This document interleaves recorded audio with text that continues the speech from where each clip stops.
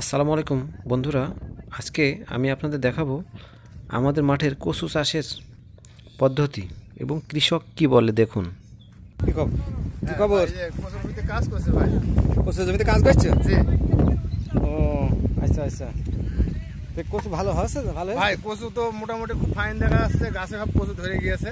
আচ্ছা আচ্ছা আচ্ছা, মানে আর 2-4 দিন পরে মাটাবো, বুঝেছেন?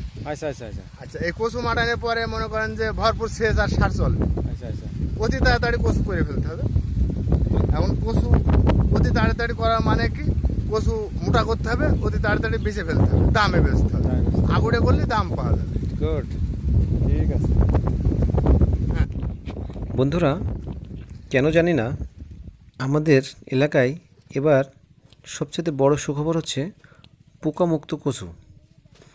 প্রত্যেকবারই মোটামুটি কচুতে প্রচুর পোকা লাগে, কচু নষ্ট হয়ে যায়। এবার কোনো পোকা নেই, চাষিরা খুব উৎফুল্ল। সার দিয়ে দ্রুত গাছ বড় করে যাতে দ্রুত কচু বিক্রি করতে পারে, সেই জন্য চাষিরা খুব তড়িঘড়ি করতেছে। যা হোক, কচু আমাদের দেশের কৃষকের অন্যতম একটি চাষ, যা অধিক মূল্যে কচু বিক্রি করে অনেক মুনাফা অর্জন করতে পারে।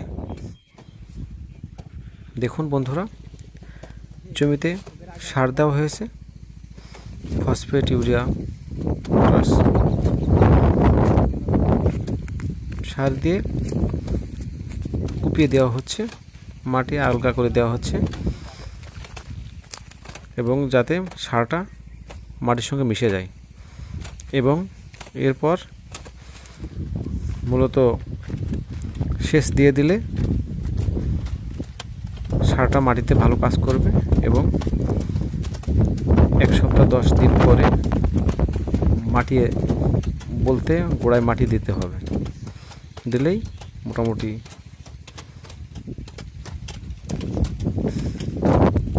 কচু ভালো হবে, চাষি অনেক মুনাফা অর্জন করতে পারবে।